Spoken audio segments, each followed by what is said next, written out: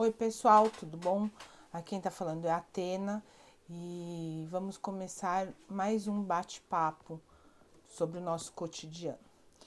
Ontem eu tive o prazer de bater um papo muito gostoso em um grupo de Bueno Brandão, que é uma cidade aqui próximo de onde eu moro, aonde eu conheci algumas pessoas extremamente articuladas e merecedoras da minha profunda admiração, ainda que eventualmente, em alguns casos, nós tenhamos pensamentos diferentes, mas é exatamente isso que promove a riqueza do que é tratar do assunto de política.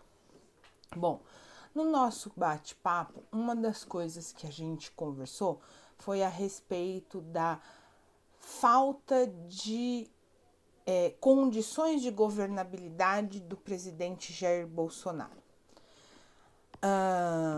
Que isso daí estaria afetando de uma maneira muito forte e que estaria se tornando um problema.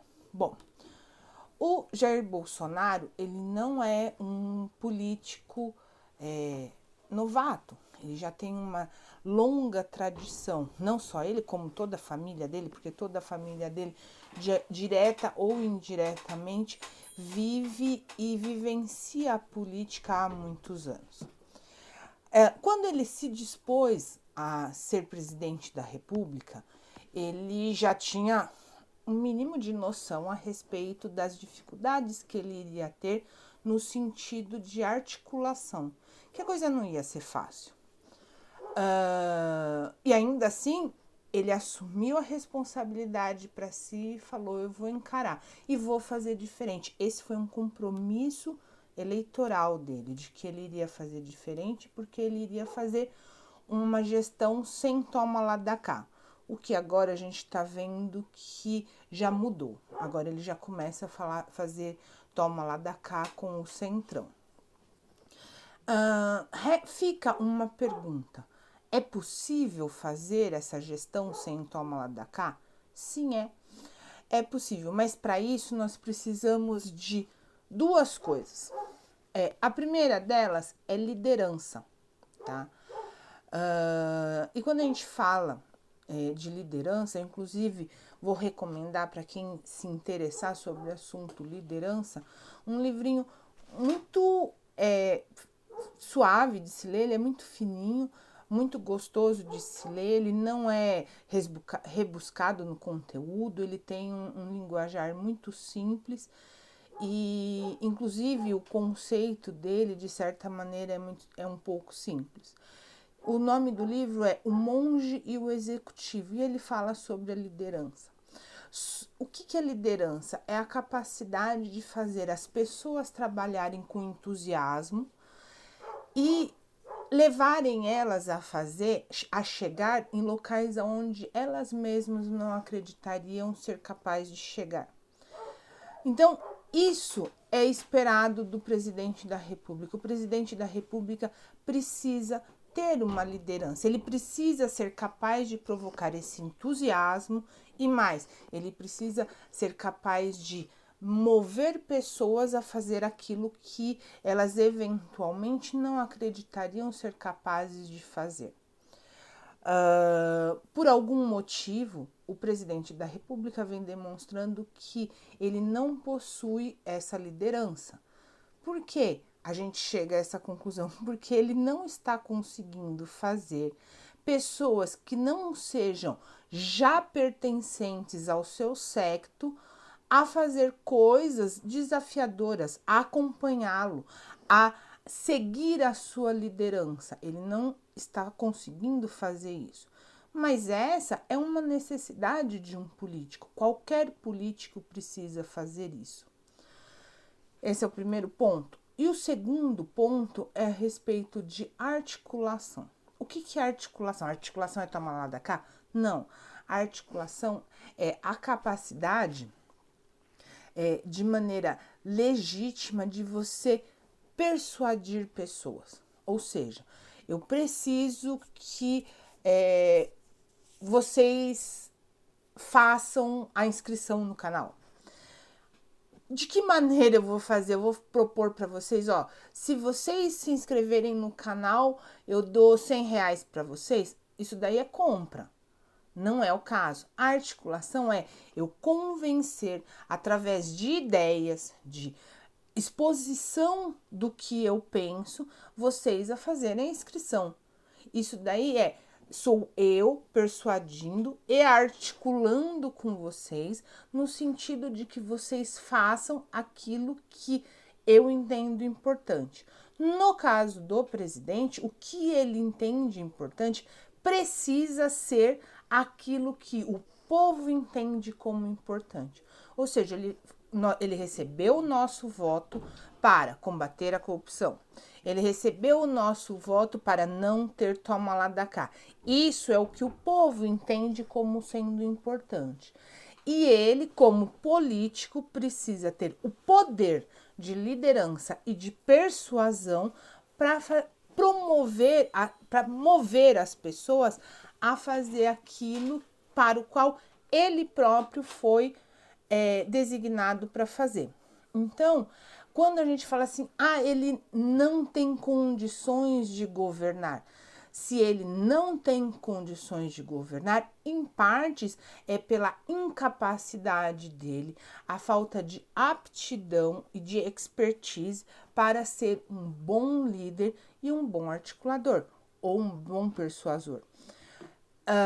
Sendo assim, eu acho que o presidente da República, se pretende seguir com o governo, atendendo às bases eleitorais que ele defendeu durante a campanha eleitoral dele, que ele registrou em cartório, como todo político deve fazer. Se ele pretende fazer isso, ele precisa encontrar maneiras para aumentar a sua capacidade de persuasão, para aumentar a sua capacidade de articulação.